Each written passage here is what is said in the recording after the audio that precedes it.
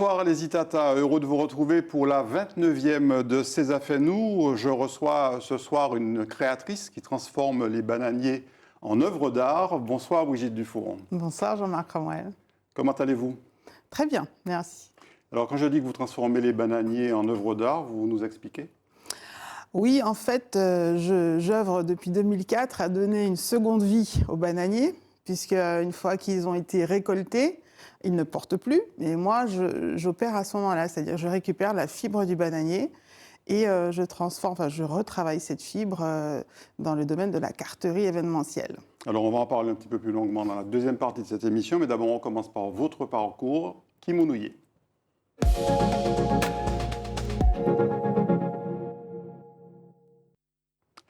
Alors qui est Brigitte Dufour? Alors c'est une femme contemporaine. Donc, je suis maman, chef d'entreprise. Voilà, j'ai un parcours de vie entre la mode et l'artisanat depuis. Bon, j'ai un circuit professionnel qui était d'abord initié dans la mode en région parisienne. Et puis, quand je suis revenue en Martinique, j'ai eu l'appel du pays et du coup, je me suis reconvertie. Très bien, alors on va découvrir votre parcours. D'abord le parcours personnel, avec d'abord une première photo. Que je vais vous laisser décrire. Ah ben oui, c'est le socle familial, c'est mes parents. Donc à droite, c'est Odette. Enfin là, on les voit en mariés, mais sur la gauche, c'est le moment de la rencontre. Ils se sont rencontrés, en fait, ma mère quittait Paris puisqu'elle avait fini ses études, elle rentrait au pays. Et mon père a voulu en fait découvrir d'autres horizons. Et ils se sont rencontrés sur un bateau qui s'appelait le Fort Caroline. Et on a vu sur cette photo, donc vous êtes né de ce qu'on appelle une famille mixte, en fait. Absolument. Un couple mixte. Couple mixte, oui, absolument, tout à fait, et avec toutes ces diversités. Votre papa est originaire d'où? Alors de l'Oise, de la Picardie, précisément en Creil. Et, au nord de Paris, on va dire, au nord de la région oui, parisienne. Voilà, oui, oui, un petit peu en dessous d'Amiens. Et la souche familiale est dans le secteur, dans la Picardie. Et votre maman est martiniquaise? Martiniquaise, franciscaine. Du quartier de Bonny. Alors, sur ces différentes photos, il y a à la fois la rencontre des parents, mais il y a déjà, on aperçoit déjà les enfants, non? Pas les enfants, non. Non, là, à droite, en fait, c'est le jour de leur mariage. Ah oui, c'est le mariage, voilà. pardon, En oui, fait, l'anecdote, c'est que c'était une sortie d'école, et donc tous les enfants étaient attroupés devant un événement, forcément un couple mixte, c'était pas commun. Et pour l'anecdote, ma mère, il y a quelques années, 2-3 ans, a rencontré une dame qui lui a dit « Écoutez, je vous connais, j'ai pris une punition pour vous. » Elle lui dit « Mais comment ça ?» Elle me dit « Oui, le jour de votre mariage. » Elle l'a reconnue et je me suis fait disputer parce que je voulais assister au mariage. Voilà, c'était l'anecdote. Alors, sur la photo suivante, on voit la famille un petit peu plus élargie. Oui. Bon. Et là, on a davantage de Martiniquais, on va dire, sur la photo. Oui, là, on est en Martinique, donc mes parents... De Martiniquaise, d'ailleurs. Oui, c'est en Martinique, exactement. Donc, j'ai ma sœur aînée qui est sur ma maman et moi, je suis bébé. Alors là, c'est pas mon père, c'est mon oncle, hein, c'est le frère, c'est le frère de mon père qui était venu pour le baptême. Qu'est-ce qu'ils vous racontent, vos parents, quand ils parlent de leur rencontre? Parce qu'à l'époque, effectivement, les couples mixtes, bon, il en existait bien sûr, mais ce n'était pas forcément très courant. Non, ce n'était pas courant du tout. Alors, c'est vrai que la rencontre... mon père, lui, m'a décrit sur le bateau qui allait pas tarder à partir. Il a vu une belle jeune dame arriver en retard, qui est déposée par un taxi, monter sur la passerelle, et lui, il a eu le coup de foudre tout de suite. Ah bon? Oui, c'est comme ça que ça s'est passé. Mmh. Et ma mère, un peu timide, n'a pas été convaincue tout de suite par son approche. Et puis finalement, au fil des jours, puisque ça, quand même, la traversée durait au moins une quinzaine de jours, je pense, à l'époque, 12 à 15 jours, ben voilà, elle s'est laissée conquise. Et elle était pas du tout dans l'optique de rencontrer forcément quelqu'un d'origine métropolitaine à ce moment-là? Non, non, pas du tout. Bon, elle n'avait pas d'a priori, mais c'était pas non plus une perspective qu'elle avait envisagée de premier abord. Mais bon, l'amour n'a pas de couleur, on dit. Hein. Depuis, ils ont repris le bateau? Ils sont restés en Martinique, là. Enfin, on l'a pris plusieurs fois quand même. Hein. Oui. On a fait... Mais non, là, on a été établis en Martinique véritablement après 88, parce qu'il y a eu beaucoup d'allers-retours. Mais là, on n'a pas bougé depuis une vingtaine d'années. Alors, on continue la découverte de la famille. On voit une autre photo que je vais vous laisser décrire parce que tout à l'heure, j'ai fait une erreur sur la première photo, donc je vous laisse la décrire. Ah, ben là, en fait, on voit mes parents et puis ma sœur aînée et moi. Mon petit frère n'était pas encore là. Donc là, c'est en France, donc, mais aux couleurs caraïbes, puisqu'on voit bien que mon père a sa chemise cocotier. Mais là, c'est sur la plage de Fort-Mahon. Et voilà, c'était un petit peu la rythmique Dans familiale. quelle région? Je ne me rappelle plus, Bon, très bien. mais c'est dans le nord, de toute façon. Oui, oui, tout à fait. Vous avez des souvenirs de cette période? Votre frère est né bien après? Oui, 6 ans après moi, donc là, je dois avoir 5 ans. Un an après, il est arrivé. Et les souvenirs que vous avez de cette période avec votre sœur, l'enfance? Oui, c'était bon. Ma maman étant d'un naturel dynamique, était plutôt dans la découverte. Donc les week-ends, les vacances scolaires, on était souvent en mouvement. Donc bon, mon papa il suivait toujours un petit peu la dynamique familiale, mais oui, une harmonie de famille. La différence de culture ne se sentait pas, puisqu'on était quand même fondus dans le paysage. Enfin, j'ai pas vécu de racisme non plus, en étant enfant. Donc oui, c'était une harmonie familiale stable. Et à quel moment on se pose la question, on se dit, tiens, papa et maman, ils ne sont pas tout à fait pareils. Et à quel moment est-ce qu'on prend conscience de cette différence qui enrichit, bien sûr, mais... Bah, personnellement, je pense que j'en ai toujours été consciente. Mais voilà, je ne faisais pas de différence. C'était mes parents, point. Et après, c'est vrai qu'il y a quelque chose d'original dans la mixité, puisqu'on on est un peu hors du commun, puisqu'il n'y avait pas beaucoup de couples mixtes à cette époque-là, là où on habitait. Mais je n'ai pas senti de différence foncière, quoi. Ouais. Et par rapport au regard des autres, parce que vos parents ont dû vous parler aussi du regard que les autres, à la fois en France hexagonale et puis ensuite en Martinique, portaient sur leur couple. Alors, c'est vrai que même en tant que métisse, on s'est toujours considéré comme antillaise avant tout. Voilà, donc de par la culture que nous a inculquée notre mère dans sa façon d'être culinaire, on a toujours eu cette entité antillaise, cette étiquette antillaise qu'on a assumée très tôt, sachant qu'on était issus de couples mixtes, mais on a fait un choix identitaire. Et l'éducation alors de vos parents, une éducation comment? Plutôt ouverte, plutôt stricte dans les principes? Oui, bon, tous les deux sont d'éducation quand même, issus d'une éducation assez stricte, donc, mais il y a quand même une ouverture, hein, puisque c'est vrai que, par exemple, musicalement, mon père, c'est lui qui allait acheter tout ce qui était musique antillaise, donc il allait à l'époque, c'était Envers Musique, et ma mère nous a un peu plus bercés dans... Le 18e arrondissement. Exactement, pas très loin de Gare du Nord, voilà. Et ma mère, elle nous a plutôt inculqué la musique noire américaine, notamment la musique funk. Alors, on va voir la photo de la fratrie, cette fois-ci, avec le petit frère qui est arrivé, Ouais. un petit peu après. Voilà. Moi, je suis à droite, donc c'est le petit frère et la grande sœur. Donc Caroline, Pascal et moi. Voilà. Et ben oui, c'était un heureux événement. C'était notre poupon un peu, hein, quand surtout Oui, pour parce des que grands. 6 ans après vous. Oui, c'est ça, c'est ça. Donc il y avait Caroline, c'est l'aînée, donc? l'aîné, donc il y avait 8 ans avec Caroline et Pascal.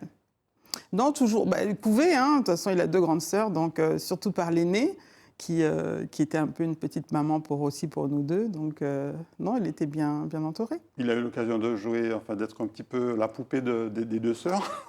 Le petit baigneur, oui, dans le petit berceau, baigneur, plutôt, voilà, voilà. exactement. Bon, après, non, parce que les garçons, ils ont une personnalité, il s'est affirmé. Et quand on a un petit frère comme ça qui arrive au milieu de 2 sœurs quelques années après, il est vraiment, c'est le petit protégé, y compris Oui. des 2 sœurs. Oui, Ouais. j'avoue, ouais, c'est le petit dernier. Bon, moi, j'avais un tempérament assez déjà un peu plus... moins souple que ma sœur aînée, donc j'étais un peu plus joke, on va dire. Mais sinon, oui, toujours dans la protection. Et donc cette enfance s'est passée où? En partie dans l'Hexagone? Oui, ça a été alternatif, puisqu'on a vécu... Alors, ma sœur aînée... alors, une fois que mes parents sont mariés, ils sont repartis enfin, peut-être un an après, je crois, sur la métropole, parce qu'il n'avait pas trouvé ce qu'il voulait en termes d'embauche, mon père. Et donc, ma sœur est née là-bas. Après, bon, ma mère avait quand même la nostalgie du pays, hein, la Martinique lui manquait. Donc, ils ont refait une tentative. Donc, moi, je suis née en Martinique, donc 2 ans après ma sœur. Et puis, pareil, je crois qu'il travaillait pour les établissements Marsan qui ont fermé. Donc, du coup, c'était en plein 68 aussi. Donc, ça commençait. Il y avait des mouvements sociaux ici en Martinique. Oui. Donc, il s'est dit, bon, il repart avec sa petite famille. Et puis, là, on est reparti sur Creil. Et on n'a pas trop bougé après. Mon frère est né là-bas. Donc, on a évolué dans les études, la scolarité. J'ai fait une partie de mon collège aussi en Martinique quand même. Puisque ma mère a voulu qu'on revienne en 78 pour vraiment fortifier notre identité martiniquaise. Donc, on a fait 2 ans et demi. Donc, ça a été quand même jalonné de plusieurs allers-retours, mais ça a été constructeur pour nous. Et justement, ces allers-retours, parce qu'en fait, vous vous retrouviez chaque fois dans un univers différent, avec des relations différentes, avec l'entourage, Oui. avec les autres, en fait. C'était 2 univers connus, malgré tout, puisqu'il y Oui, avait bien sûr. voilà, on avait nos repères en France, qu'on a grandi là-bas. Et arrivé ici, comme on venait quand même régulièrement en vacances, il y avait l'environnement familial maternel.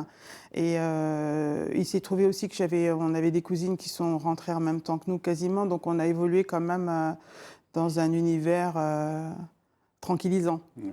Voilà. La jeune Brigitte, comment elle se repérait culturellement parlant? Parce qu'il y a aussi ça, vous sortez d'un univers, en l'occurrence l'Oise, où bon, c'est un univers classique d'une région métropolitaine. Vous arrivez ici avec la chaleur déjà de la météo, la chaleur humaine, l'exubérance, le créole. Comment s'est fait cette transition? Bah, déjà, quand on est revenu, j'étais quand même dans la préadolescence, adolescence, donc on s'est quand même on avait des oncles qui faisaient un peu office de grands frères, donc on a été bien couvés quand même et protégés. Et puis quand même, par exemple pour les sorties, on allait avec eux, les zouks aussi, donc on était quand même bien entourés. Donc il n'y a pas eu vraiment d'inadaptation, on est vraiment rentré dans le moule. On était dans un cocon familial aussi dans la famille de ma mère, la famille Carotine. Donc non, je n'ai pas senti de décalage. Et bon, on a eu un tempérament peut-être où on s'est adapté assez vite, mais ça a été bien vécu. L'apprentissage du créole et de sa culture. Un petit peu. Vous capez les créoles, vous dites. Mais oui, moi, je les créoles. Voilà, mes 20 dernières années m'ont aidée. Oui. Mais au début, c'est vrai que quand on est jeune, on ne répond pas parce que je ne sais pas répondre en créole. Mais après, voilà, on se fait. Et cela dit, j'ai déjà vu des Antillais qui ne parlent pas créole non plus. Oui, Donc, non, après, maintenant, ça va. Et l'adaptation aux différences culturelles, à la musique, par exemple. Très bien. Non, moi, je connais mes classiques. Perfecta, Magnum, enfin voilà, il y a eu les tontons qui ont fait office de grands frères, qui nous ont baignés dans la culture aussi musicale. Donc non, pas du tout en décalage. On s'est approprié notre culture antillaise, vraiment. Alors, on découvre une autre photo, la famille martiniquaise élargie, on va dire. Oui, ça c'est le fief Carotine. Ben là, c'était certainement, mon frère avait 1 an, on était venus en vacances, puisqu'on venait quasiment tous les 2 ans. Et donc là, on voit le patriarche au milieu, donc mon grand-père, avec les lunettes fumées, et ma grand-mère est à l'extrême droite, donc monsieur Carotine, monsieur et madame Carotine. Voilà. Et là, ce sont devant les cousins, cousines. Voilà, cousins, cousines. Il y avait un oncle aussi qui était en vacances à ce moment-là. Et oui, c'est les cousins, cousines qui vivaient aussi en métropole, mais qui finalement avaient un peu le même parcours que nous et venaient régulièrement. Donc, La famille Carotine est originaire d'où? du François. Du François. Ouais. Très bien. Bon, je salue le François au passage. Et là, donc, les souvenirs de ces premiers contacts avec la famille martiniquaise. Ah ben c'est des très bons souvenirs, c'est les odeurs, c'est la campagne en fait, donc on vit au rythme de la campagne, des préparations culinaires. Ma grand-mère avait sa petite dépendance à côté où elle faisait à manger, donc enrichi d'odeurs et d'ambiance. Donc odeur épicée, oui, odeur de cuisine. Cuisine, absolument. Les fruits, puisqu'il y a plein d'arbres fruitiers autour. Les élevages de poules, de cochons, enfin voilà, il y a toute cette ambiance qu'on peut retrouver à la campagne. Mon grand-père était déjà là, il était atteint de cécité, donc il était aveugle, mais ça ne l'empêchait pas de faire son jardin, et j'étais toujours épatée de voir qu'il avait des sillons tracés vraiment droits. mais toujours authentique. Les premiers jus de prune de Citerre, c'est lui. Voilà, c'est ça. Donc, c'était une richesse olfactive. Comment s'est passée l'adolescence, donc votre adolescence à votre sœur, à vous, votre frère étant un petit peu plus jeune, en Martinique, l'évolution des futurs adultes en Martinique? Très bien. Enfin, c'est vrai que, alors, on a été scolarisés de 78 à 81, donc une partie au François et après à Fort-de-France. C'est sûr que les collégiens ont vu qu'il y avait des petites différences, puisqu'on était avec deux cousines qui venaient aussi de métropole. Donc, on a été identifiés comme des gens venant de métropole. Voilà, c'est ça. Donc, il y avait encore l'accent de métropole aussi. Un petit peu, oui, un petit peu. Et, mais sinon, voilà, j'ai pas de mauvais souvenirs. Ça s'est très bien passé. Et comment s'est passée ensuite votre évolution vers les études, vers vos futures activités? Parce qu'on va le voir, vous avez eu beaucoup d'activités.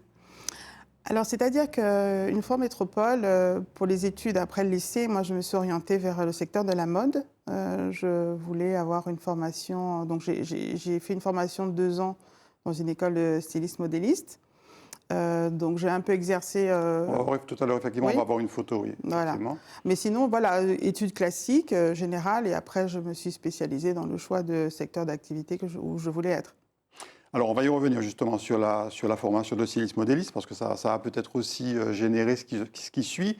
Mais on voit d'abord une photo de vous avec vos enfants, Brigitte. Oui.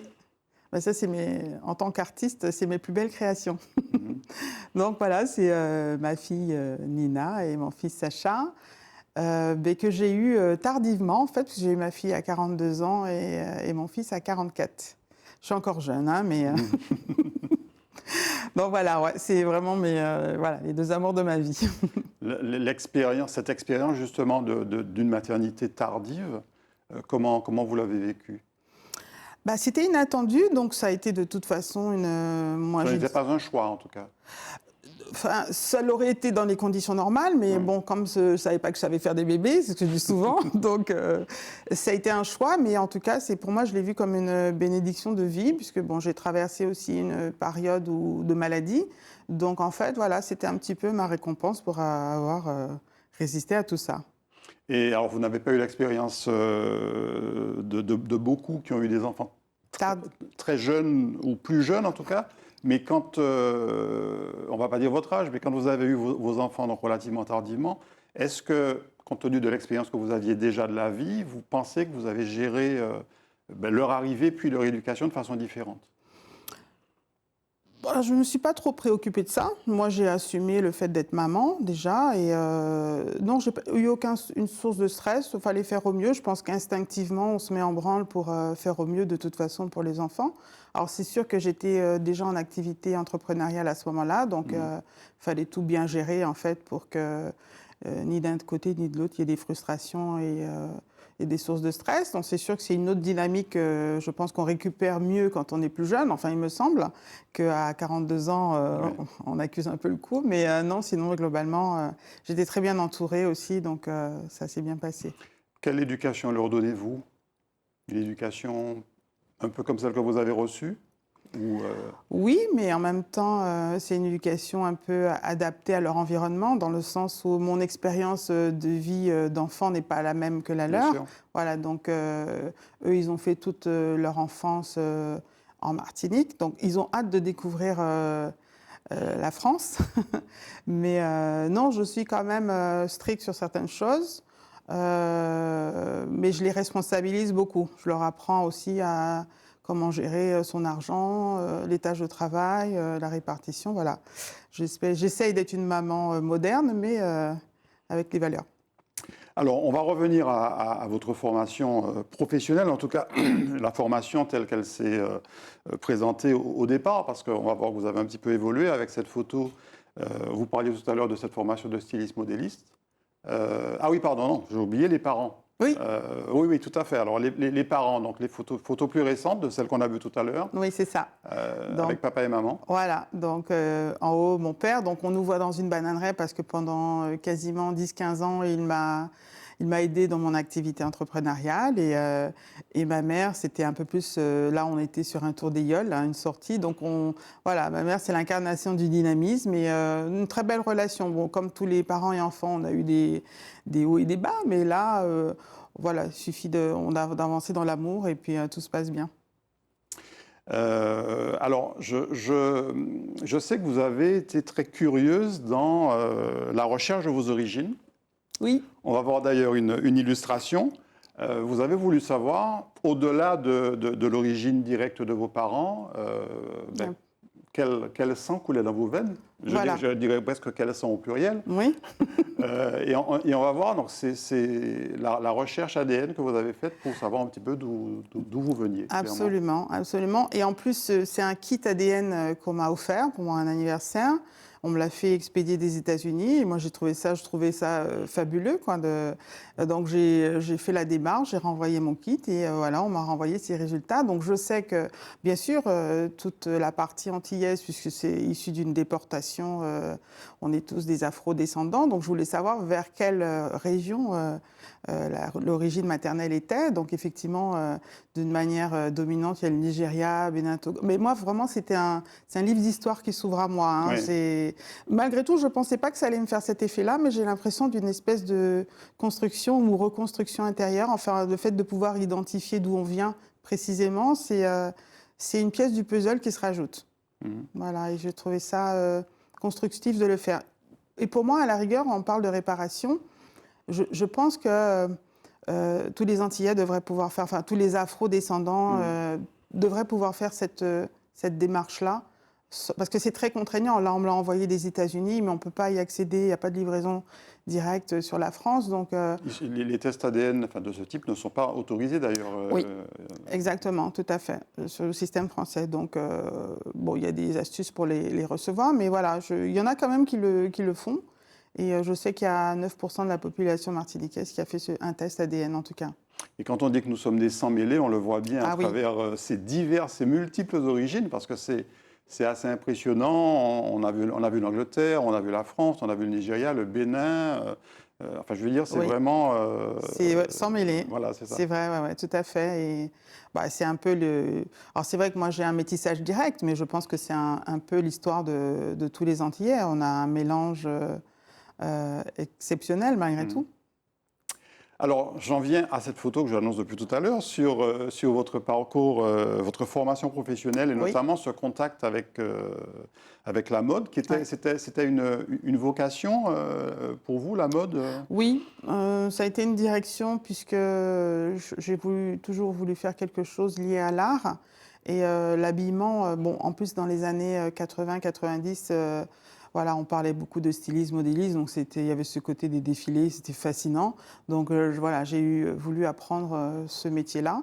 Donc j'ai une formation en un premier temps sur 2 ans de styliste modéliste classique et je me suis un peu par la suite spécialisée sur l'informatique appliquée à la mode. Donc c'est ce qui permet... Alors le métier de styliste modéliste, il est vaste aussi, hein, puisqu'il est tellement compartimenté. Enfin, les métiers de la mode sont tellement compartimentés. Donc savoir dessiner, savoir exprimer en fait sa créativité et ses projets de modèle. Puis après, il y a la réalisation. Donc le métier de modéliste, faire des patronages aussi est intervenu. Et puis après, j'ai voulu... l'informatique m'a toujours passionnée, donc j'ai voulu me spécialiser sur cette formation sur un système informatique spécifique qui s'appelle Lectra, et où là, effectivement, un patronage, on peut décliner en fait une taille de vêtements en une série de diverses tailles. Voilà. Qu'est-ce qui vous a poussé vers la mode? Le goût pour l'art ou ça va plus loin que ça?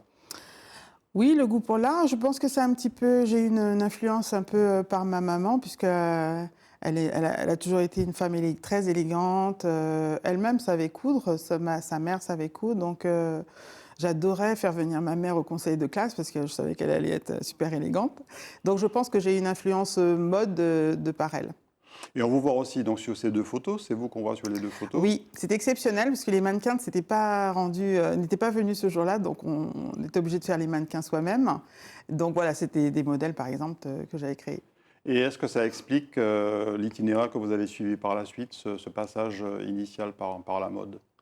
Et par la suite, vous pensez à quoi, par exemple? Ben, je pense à vos créations qu'on va découvrir dans un Ah, instant. très bien. Oui, je pense Ce que... goût pour l'art en général, mais Oui. aussi l'évolution artistique. Oui. Bah, en fait, pour les Antilles, hein, notamment même mon retour en Martinique, ça a été vraiment un appel du pays.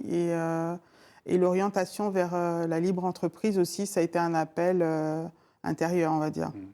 Et l'appel du pays, c'est aussi l'appel de la nature, donc on va le découvrir à travers la rubrique Matinique.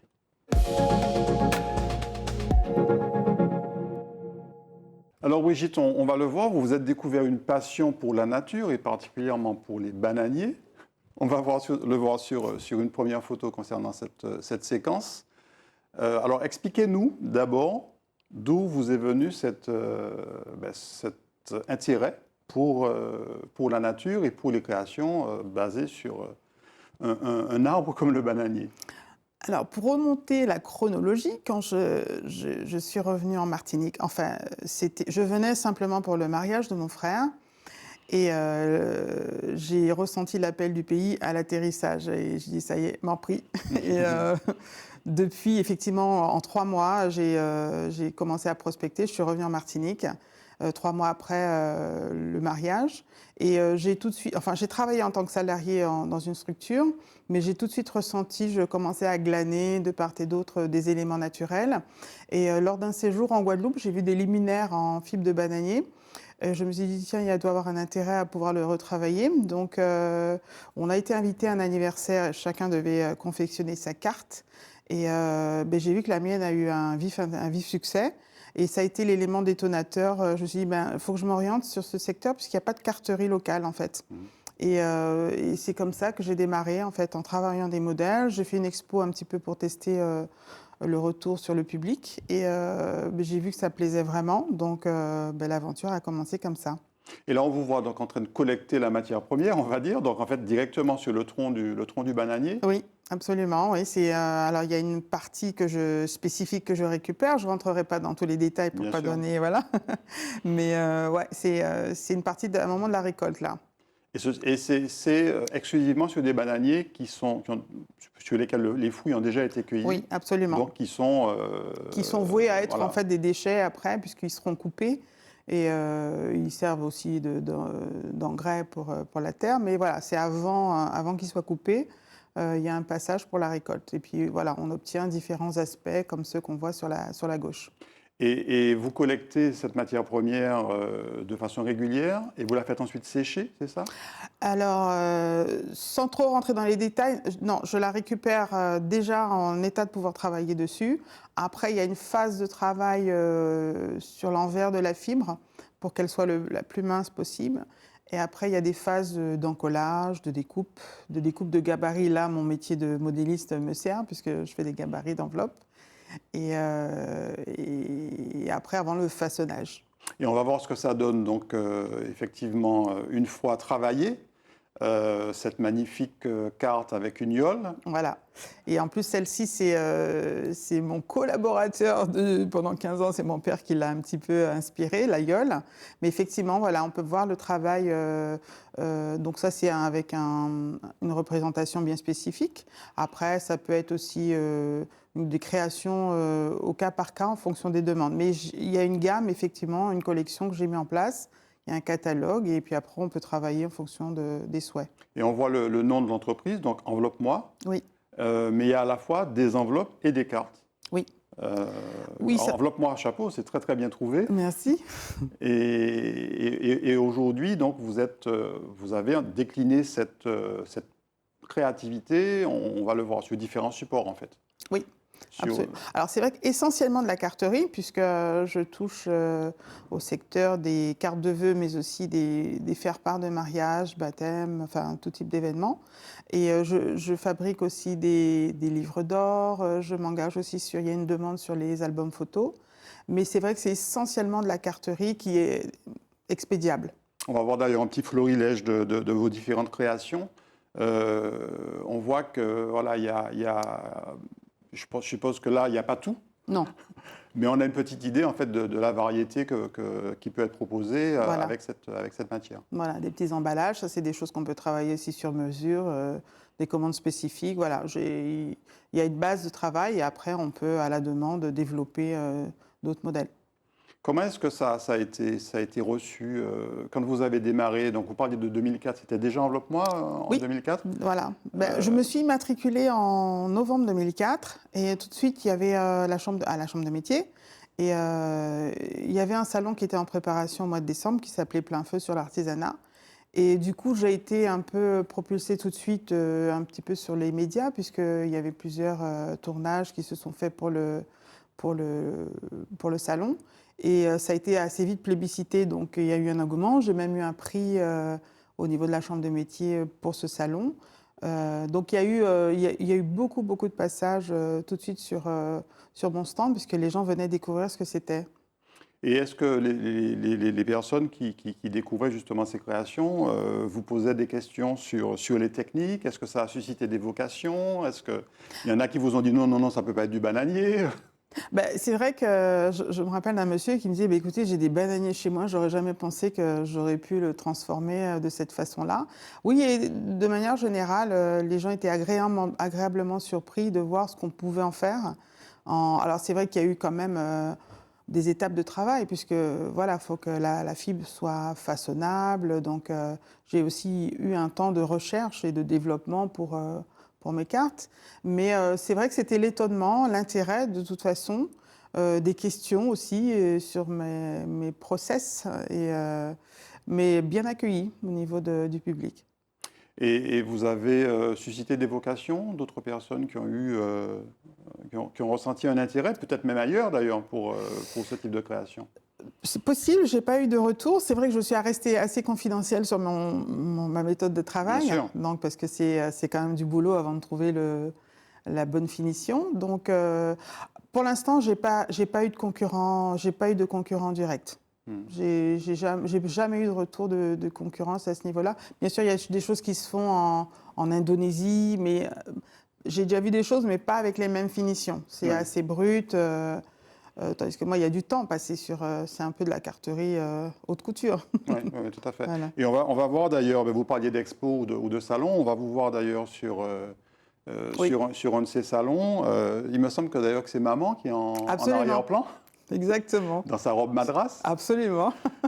Et ça, Grand soutien. pour vous, tout ce qui est expo, salon, c'est vraiment le moyen, c'était vraiment le moyen de vous faire connaître, quoi. Oui, c'est un des moyens, mais c'est vrai que c'est un moyen fort, puisque notamment pour ce type d'exposition ou des salons spécifiques liés au mariage aussi, c'est un point fort, puisque c'est généralement de ce type d'expo, on prend énormément de contacts et des prises de commandes aussi. Les gens vous rappellent, puisque c'est un produit qu'ils trouvent assez novateur. Donc toujours plébiscité, ouais, ça a un vif intérêt. Et là, on voit sur la photo qu'il y a énormément d'articles, je ne sais pas si on peut les appeler comme ça, en tout cas de création. C'est un petit peu selon votre inspiration, ou vous observez un petit peu ce qui est demandé, ce qui est attendu, ce qui est recherché? Tout à fait, oui, je regarde un petit peu ce qui est attendu. Bon, il y a eu aussi des demandes, par exemple, on voit derrière des demandes spécifiques par des restaurants qui voulaient des porte-menus. Il y a eu tout en banane même plastifié, on me l'a demandé plastifié parce que c'était quand même assez manipulé dans un restaurant, en sable et banane. Donc il y a des commandes spécifiques et puis il y a aussi de l'instinctif aussi. Je me lance aussi un petit peu dans tout ce qui va être décoration. Là, je vais préparer une gamme de tableaux aussi puisqu'on m'en a demandé. Mais voilà, à la demande, mais aussi à l'inspiration.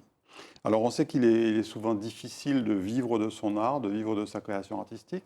Est-ce que vous en sortez, sachant qu'on va en parler rapidement tout à l'heure, mais que vous avez eu aussi des séquences où vous avez un petit peu ralenti sur l'activité? Oui, alors c'est vrai, d'autant avec ces 2 dernières années Covid, c'était pas évident. Alors c'est sûr que l'artisanat, il peut y avoir, c'est pas de l'inconstance, mais il faut sécuriser aussi ses revenus. Donc j'ai aussi pris une casquette. Bon, j'ai de par mon activité eu aussi plusieurs casquettes et notamment en travaillant même dans la mode avec des petites structures, j'ai aussi été collaboratrice de direction, donc j'ai un peu aussi tout le back-office de ce qu'est une entreprise. Donc j'ai aussi, je collabore jusqu'à présent avec une structure et je chapeaute une équipe, une petite équipe dans le secteur du service et des produits d'entretien bio. Donc c'est mon côté encadrante qui domine, mais effectivement, j'ai plusieurs casquettes et ce qui me permet d'avoir une flexibilité pour garantir les revenus. Et justement, la période Covid, donc, quand on est créatrice comme ça et qu'on a plus trop de possibilités, notamment d'exposer ces créations, Ouais. forcément, moment difficile. Oui, moment difficile. Bon, il faut savoir rebondir et décrocher son téléphone. Alors, une autre casquette, c'est que je me suis formée aussi en PAO. Donc, tout ce qui est visuel, je sais faire. J'ai été formée sur la suite Adobe. Donc, pendant cette transition Covid, où il n'y avait pas d'activité, j'ai réalisé beaucoup de commandes en infographie. C'est ce qui est un petit peu... D'accord. Et on va voir défiler derrière moi une petite vidéo, puisque vous l'avez dit, en fait, parmi les éléments enfin, les demandes que vous avez, il y a beaucoup de demandes pour des mariages. Oui, absolument. C'est vrai que pendant la période Covid, ça avait complètement ralenti. Mais une fois que les barrières se sont un peu levées et que les gens ont pu organiser même en petit comité, tout de suite, j'ai eu des commandes qui sont arrivées assez vite. Et là, effectivement, on a vu une création. Au départ, on voit la fibre brute et après le façonnage et les étapes finies. Voilà. Comment vous vous accomplissez à travers ces créations? C'est important en termes d'introspection, en termes d'accomplissement de soi, en termes de découverte, mais peut-être parfois de sa personnalité. Oui, aussi. C'est en fait quand je suis en création, je suis dans ma petite bulle et je suis juste bien. Mhm. Le fait de concevoir, j'aime ça. Et il y a un côté fastidieux, puisque la fille, il faut la travailler aussi, hein. Il Bien y sûr. a un côté pénibilité du travail, mais la satisfaction du produit fini, c'est vraiment un aboutissement. Bon, je suis dans mon atelier et je crée. Quand vous avez par exemple à réaliser une carte pour les mariages, pour un mariage par exemple, un faire-part ou des invitations, combien de temps ça peut prendre? Alors je suppose que vous allez me dire ça dépend de la complexité, mais Oui. pour avoir une petite idée, une moyenne pour cette création. Alors la création va vite, hein, en fait. Des fois, c'est à partir d'un modèle existant qu'il y a des modifications qui sont faites. Après, c'est en fonction du nombre, de la quantité commandée, mais sur une semaine, on peut avoir une fabrication 5-6 jours pour peut-être 200 à 300 modèles. Après, c'est un mécanisme de petite Ouais. série et moyenne série, donc plus on en fait, plus on est rodé, plus on va vite.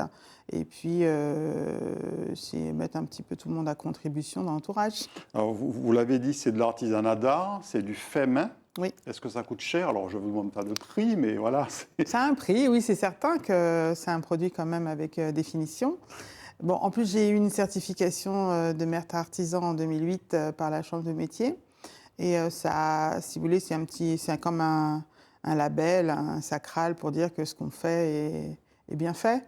Et oui, ça a un coût parce que c'est quand même un travail fini. Voilà, j'insiste sur, c'est de la carterie haut de gamme. Alors Brigitte Dufour, on va découvrir aussi que vous êtes une femme de réseau. Oui. Hein. On va le voir à travers la rubrique politique.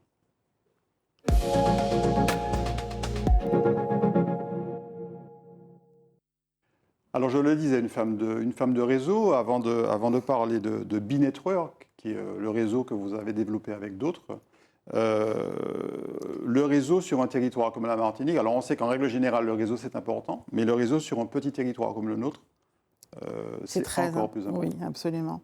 Alors, c'est vrai que mon activité, en fait, j'ai mis une pause pour des raisons familiales en 2015 et j'étais déjà adhérente dans une structure qui s'occupe des TPE. Je ne sais pas si je peux la citer. Oui, bien sûr. Alors, la FTPE, la Fédération des très petites entreprises. Et donc, j'ai collaboré parce que j'ai trouvé ça sensationnel qu'une structure s'occupe des TPE. Et donc, j'ai collaboré, j'étais même dans le bureau de l'association au début. J'ai collaboré avec eux pour élargir un peu le réseau et j'ai été salariée pendant 1 an au sein de la FTPE. Et donc là, j'ai vraiment vu la pertinence de travailler en réseau et de créer des connexions, des interconnexions. Donc c'est vrai, après cette année, je suis retournée à mon activité. Et pour nous, TPE, j'ai voulu aussi continuer à impulser, parce que forcément, les réseaux, plus on fréquente de gens, plus les réseaux s'élargissent. Et l'idée m'est venue d'impulser aussi une dynamique de réseautage, donc B-Network. On va voir le logo d'ailleurs de B-Network. Voilà, et ça m'a permis de... Voilà, c'est mettre... en plus, j'adore faire ça, mettre les gens en relation, les uns avec les autres. Et puis, avec plusieurs membres, Rudy Zébu et Liane Crispin, on a développé cette dynamique. Et là, d'autres nous ont rejoints pour compléter, comme Yvan et Monique. Il y a différents horizons. Sandra Faber. Donc voilà, on est dans une impulsion d'élargir ce canal de réseautage. Et on voit d'ailleurs la signature de marque de Binetwork, réseauter autrement. Voilà. Oui, parce que c'est vrai qu'il y a beaucoup de représentations hein, d'entreprises, mais souvent les petites structures sont un petit peu laissées pour compte. C'est vrai qu'il y a beaucoup pour les moyennes entreprises. Et en fait, ça nous permet aussi de nous-mêmes d'impulser notre propre dynamique. Il faut se prendre en main de toute façon et puis créer du réseau, créer du lien. Et cette mise en contact, donc ça s'est formé d'abord sur un groupe WhatsApp et en amont de la préparation d'un networking. Et de plus en plus de personnes nous ont rejoints. Donc, il y avait une association existante puisque j'étais aussi dans l'événement gospel. Mais finalement, on a bifurqué et on s'est concentré sur l'événement professionnel. Voilà. Et donc, on a un projet qui est de créer un annuaire en ligne pour avoir une meilleure visibilité, parce que c'est ce qui compte aussi dans ce secteur-là, pouvoir être identifiable. Et on va voir d'ailleurs une photo d'un des événements, un des premiers événements que vous avez créé Oui. À l'époque. Oui, c'était en décembre 2019. C'était quelques temps avant le Et confinement. oui, c'est ça. Donc, réseauter autrement, effectivement. Il y avait quasiment une centaine de chefs d'entreprise qui étaient sur place. Et on l'a fait sous forme de networking. Donc, il y avait une dizaine de tables avec 10 participants à chaque table. À chaque fois, chacun... c'était un peu le principe que j'avais connu à la FTPE. Chacun devait se présenter pendant 1 minute et demie. Donc, on a regardé ce système-là parce qu'il était très bien. Et ça permet de présenter son activité au moins à 10 personnes différentes, 10 fois, puisque ça tourne. Et ça, c'est quelque chose qui fonctionne. Je veux dire, vous avez tout de suite constaté l'efficacité de ce type de relationnel ou de gestion des relations. Oui, parce qu'il y a du lien direct, on est en face à face, et tout de suite, la personne intéressée peut poser des questions, donc on a tout de suite le retour du chef d'entreprise. Et oui, ça fonctionne très très bien. Là, on a hâte de pouvoir reprendre les activités, si la conjoncture le permet, en tout cas les rencontres en networking. Et moi, j'ai été attiré par la mention Bigospels sur l'affiche. Oui. Racontez-nous. En fait, voilà, c'est à la base, j'étais partie dans l'événement gospel. De par ma spiritualité, j'ai voulu impulser ce type d'événement. Donc, il y en a un qu'on a amorcé, mais finalement, on a tout de suite bifurqué vers le besoin qui était une demande de réseautage professionnel.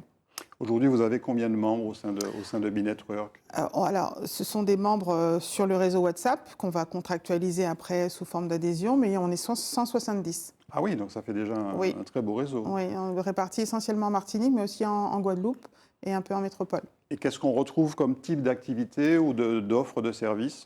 Tout secteur d'activité, du service, conseil, il y a des consultants, des artisans, des cabinets d'avocats, des cabinets comptables, vraiment tout secteur d'activité sont représentés.